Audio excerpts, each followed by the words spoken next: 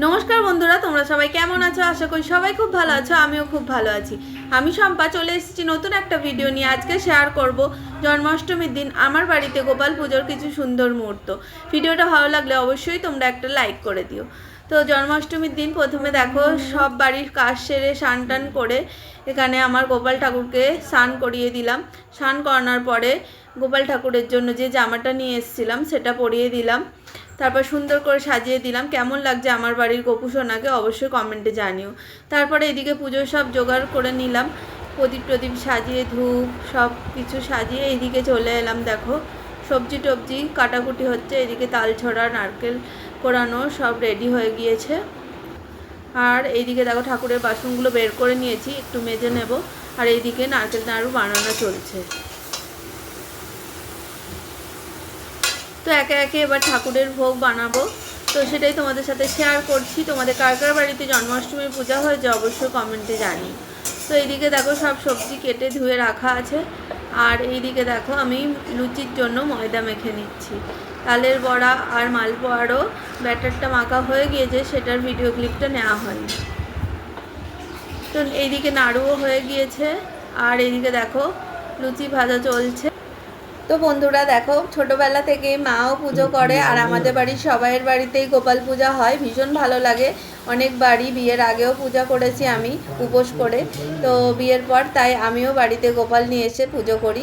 ভীষণ ভালো লাগে ঠাকুরের এই সমস্ত কাজকর্ম করতে। তোমরা কে কে পছন্দ করো অবশ্যই কমেন্টে জানিও। এই বছর যেহেতু অনেকটা তাড়াতাড়ি জন্মাষ্টমী ছেড়ে যাবে তিথিটা, সেই কারণে তাড়াতাড়ি ভোগ বানানো হয়ে গিয়েছে। সন্ধ্যে 7টার মধ্যে লাস্ট সুজি আর পায়েস বানানো বাকি ছিল, তাই দেখো তাড়াতাড়ি করে দুদিকে বসিয়ে নিলাম।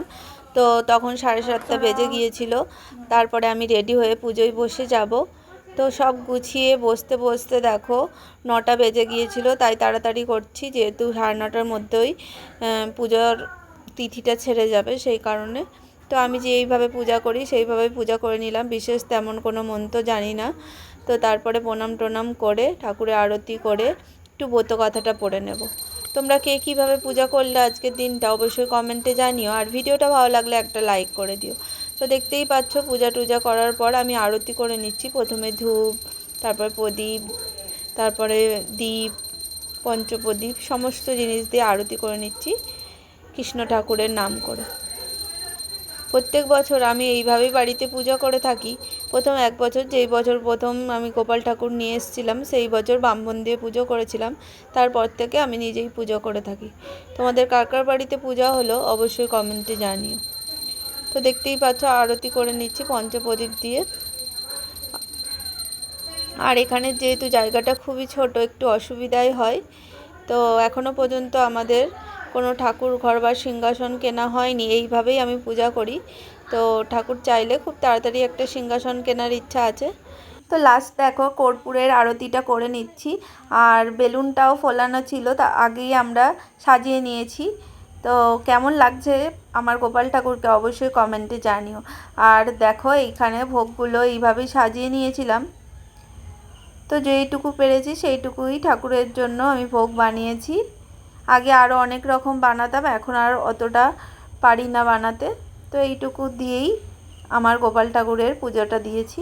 তো কেমন লাগছে আমার ভিডিওটা অবশ্যই জানিও। ভালো লাগলে লাইক অবশ্যই করে যেও।